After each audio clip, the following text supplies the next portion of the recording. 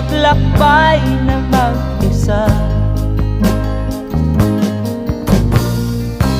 upang aking malimutan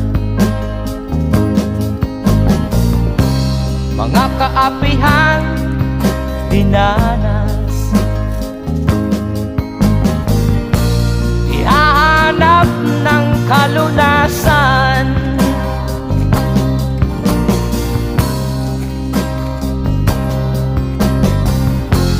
kami hinamak ng lubusan, inapit, tinatawanan, kami itinuring na basahan. Sila ba'y makatulong